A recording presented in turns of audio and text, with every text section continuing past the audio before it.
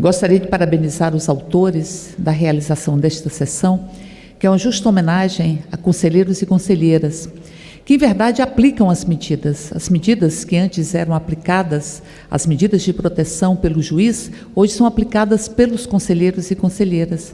E digo que conselho fortalecido é criança protegida. Talvez seja o instrumento mais importante da rede de proteção, até porque o conselho tutelar, ele funciona de forma transversal e ele funciona de forma territorializada, é no território, e cada território tem um nível de violação diferenciado. Se nós analisarmos as violações que acontecem em um município, nós vamos perceber que muitas vezes elas têm uma supremacia diferente de outro município. Portanto, se queremos proteger crianças e adolescentes, fortaleçam os conselheiros e conselheiras que vivem uma angústia, a angústia de aplicar a medida e a medida não ser executada, porque há um hiato entre a aplicação da medida e a resposta via de regra do Executivo. Por isso, nós que relatamos uma proposição acerca dos conselhos tutelares, nós estamos dizendo que o Estado, o Executivo, o município, o Distrito Federal tem que ser responsabilizado se não aplicarem as medidas impostas pelos conselhos e os conselhos tutelares. Então, portanto, é preciso que nós responsabilizemos os municípios pela ausência de creche, pela ausência do que é a prioridade absoluta. É a única prioridade absoluta que a nossa Constituição prevê, são crianças e adolescentes. E essa prioridade absoluta deveria ser em todas as esferas da sociedade, em todas as esferas do Estado e da própria família. E nós sabemos que muitas vezes abordar e assegurar o direito da criança é também ver o nível de violação que a família está enfrentando, é também fazer uma abordagem familiar. Muitas vezes nós temos a relação da criança agudizada, a violação de direitos, porque a família não tem também os seus direitos assegurados.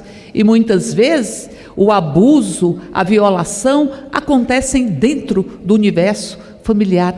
Olha a importância do conselheiro tutelar, da conselheira tutelar. Olha a importância de ter estrutura para funcionar.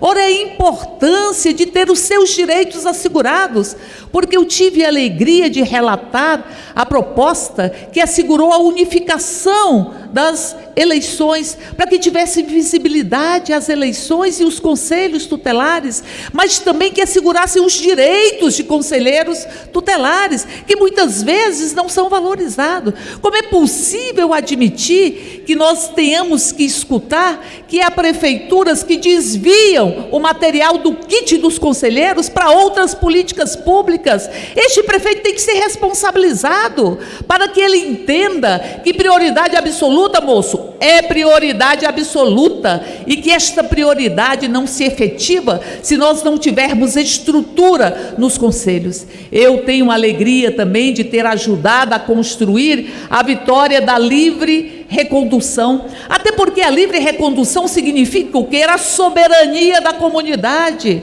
a soberania do povo. É o povo que tem que escolher se o conselheiro tem que continuar ali ou não, e não uma norma burocrática. E relato hoje um projeto que assegura que nós tenhamos o aumento do número de conselhos tutelares, porque não é apenas o número ou o número de habitantes de cada comunidade, mas também o nível de violação de direitos que tem que ser analisado, para que você tenha ali quem protege os direitos de criança e adolescente. Aliás, não deveria se ter nenhuma política pública pensada para criança e adolescente sem escutar conselheiros e conselheiras, porque são conselheiros e conselheiras que sabem exatamente a dor na pele, a dor na alma. E, aliás, deveríamos ter fóruns permanentes, não apenas dos conselhos tutelares, mas com um conjunto de políticas públicas. Tem que se escutar o conselho sobre a educação, sobre a saúde, sobre a assistência, sobre as políticas públicas,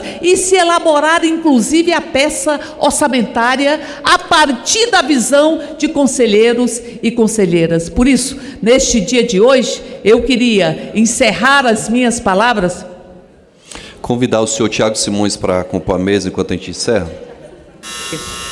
Apenas para concluir, presidente, encerrar as minhas palavras, lembrando o Guimarães Rosa, quando diz que o correr da vida às vezes embrulha tudo, e que a vida é mais ou menos assim, ora aperta, ora afrouxa, ora esquenta, ora esfria, ora inquieta, desassossega, ora se aquieta, mas a vida exige de nós coragem, que lutemos e tenhamos a coragem de conselheiros e conselheiras. Viva os conselhos tutelares, conselheiros e conselheiras do nosso país. Vivam as nossas crianças que não são sujeitos do futuro, são sujeitos de direito do nosso presente. E concluo com Betinho quando diz que se a gente não consegue ver numa criança, é porque ela foi vítima de tantas violações que a gente só consegue ver o que fizeram com ela. Os conselheiros e conselheiras veem em cada criança uma criança com direito à infância, em cada adolescente, uma adolescente com direito à adolescência. Viva! Parabéns, deputada Érica, pelas suas palavras. Eu queria aproveitar para registrar a presença aqui da subsecretária da Secretaria da Justiça, aqui do DF, responsável pela criança e adolescente, a senhora Adriana. Seja muito bem-vinda à casa. E queria, antes do encerramento,